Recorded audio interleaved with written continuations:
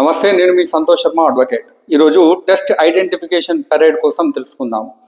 సహజంగా మనం సినిమాల్లో చూస్తుంటాం, ఏదైనా నేరం జరిగినప్పుడు నేరం చూసిన వ్యక్తి చేత నేరస్తుడు ఎవరు అనేటువంటిది జైల్లో ఒక 5-6 అట్లా నిల్చోబెట్టి ఐడెంటిఫై చేయించడం జరుగుతుంది. దీన్ని టెస్ట్ ఐడెంటిఫికేషన్ పెరేడ్ అంటాం.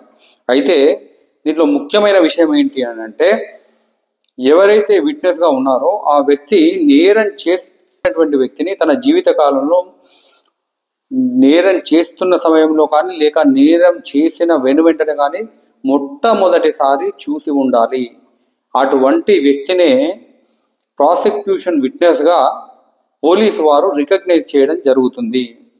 అయితే ఈ టెస్ట్ ఐడెంటిఫికేషన్ పెరేడ్లో కూడా పోలీసు వారు సమీకరించినటువంటి అన్ని ఆధారాలతో ఎవరినైతే అక్యూజ్డ్గా భావిస్తున్నారో అదే వ్యక్తిని కనుక విట్నెస్ అక్యూజ్డ్గా ఐడెంటిఫై చేసినట్టయితే ఆ టెస్ట్ ఐడెంటిఫికేషన్ని సక్సెస్ఫుల్ టెస్ట్ ఐడెంటిఫికేషన్గా పేర్కొంటారు.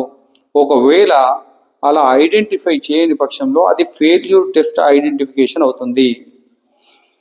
టెస్ట్ ఐడెంటిఫికేషన్ పెరేడ్లో ఎవరినైతే అక్యూజ్డ్గా విట్నెస్ ఐడెంటిఫై చేస్తుందో తిరిగి ఆ వ్యక్తిని ఓపెన్ కోర్టులో కూడా at the time of trial ఈ విట్నెస్ అక్యూజ్డ్ని తిరిగి ఐడెంటిఫై చేయవలసినటువంటి అవసరం ఉంటుంది. ఒకవేళ ఓపెన్ కోర్టులో కనుక ఈ విట్నెస్ అక్యూజ్డ్ని ఐడెంటిఫై చేస్తే అది సబ్స్టాంటివ్ ఎవిడెన్స్ అవుతుంది. జైల్లో జరిగినటువంటి టెస్ట్ ఐడెంటిఫికేషన్ పెరేడ్ ఈ ఎవిడెన్స్కి కొరాబరేటివ్ ఎవిడెన్స్ అవుతుంది. ఒకవేళ ఓపెన్ కోర్టులో కనుక తిరిగి అక్యూజ్డ్ని విట్నెస్ ఐడెంటిఫై చేయకపోతే ఆ ఎవిడెన్స్ ప్రాసిక్యూషన్కు నిరుపయోగం అవుతుంది.